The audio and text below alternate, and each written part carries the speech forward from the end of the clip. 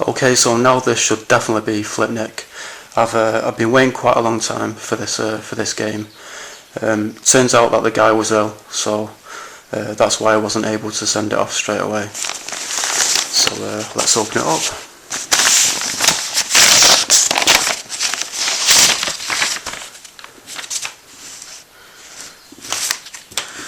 And the condition of this is unbelievable. Looks like it's brand new. Cost me £1, and I think the postage was about £1 as well. But I mainly got this game for the old school levels, because they do look pretty cool. The rest of the game, I'm not sure. It kind of seems a bit over the top, like it's a bit all over the place. But maybe I'll enjoy it. I don't know. But it's basically, if you haven't guessed by now, it's basically a pinball game.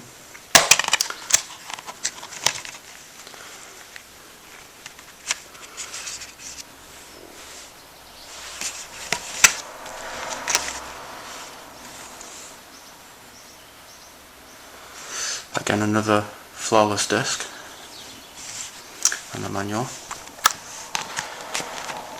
Not sure what it is with all the games I've been getting recently, but they've all been looking like brand new.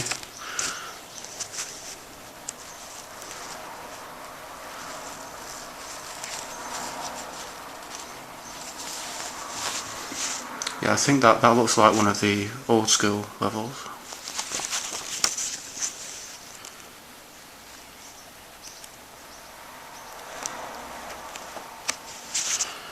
But yeah, this is pretty much the first standalone pinball game that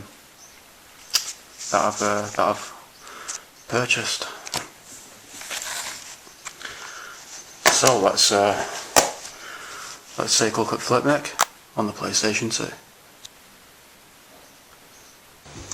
So first off, I'd just like to say the reason why the picture quality of this video isn't going to look that good is because I had to record the gameplay footage onto VHS. The reason why is because when I had the PlayStation 2 hooked up to the DVD recorder, for some reason there was a delay between me pressing the buttons on the controller and what was happening on the screen. I'm really not sure why, because with most games that doesn't happen, but basically I couldn't play the game properly, so I had to record the gameplay footage onto VHS.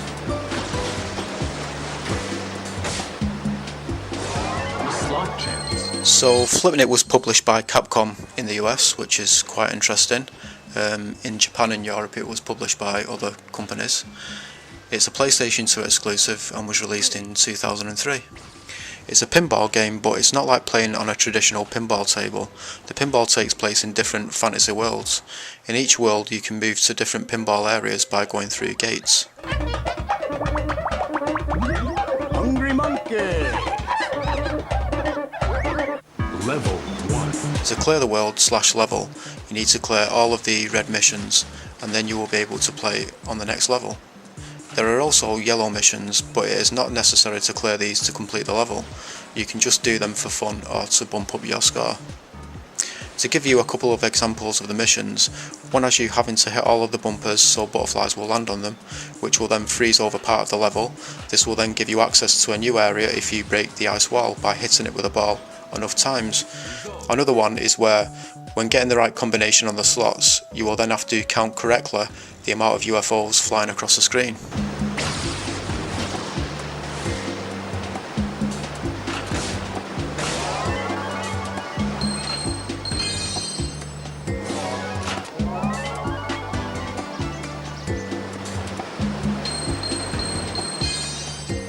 Hit all bumpers with the ball to call butterflies.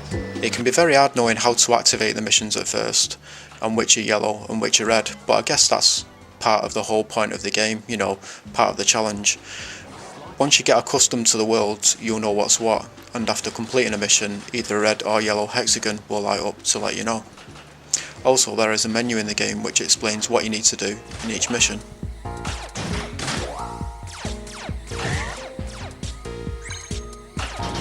Aim for the crab, baby. Hit it to start multiple. Wonderful. On the metallurgic stage, Multi-ball. We're all set to go. Apart from 2 or 3 very old 8-bit pinball games, I've not played any others, so there isn't really anything for me to compare this game to, but the physics of the ball do seem to feel very realistic. You can also do crazy stuff with the ball which obviously isn't realistic, like you can make it jump, you can collect coins with it, and even make it shoot at UFOs.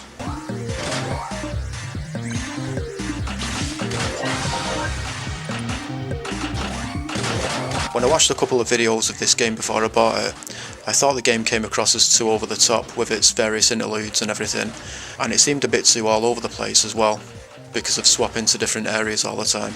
I basically bought the game for the old school looking level, which you can see now since it looks really fun. But after playing the game for a short while, I quickly got used to it and found the rest of the game to be very enjoyable, and I started to enjoy its over the topness and being able to swap to different areas. You seem to be on the verge of finding a new path. Hit all keys with the ball.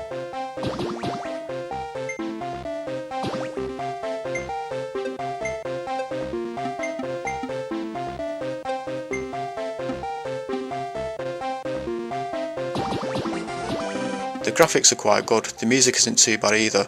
The only negatives is that when the guy sometimes talks to explain something, you can't hear him properly because of the music and the sound effects.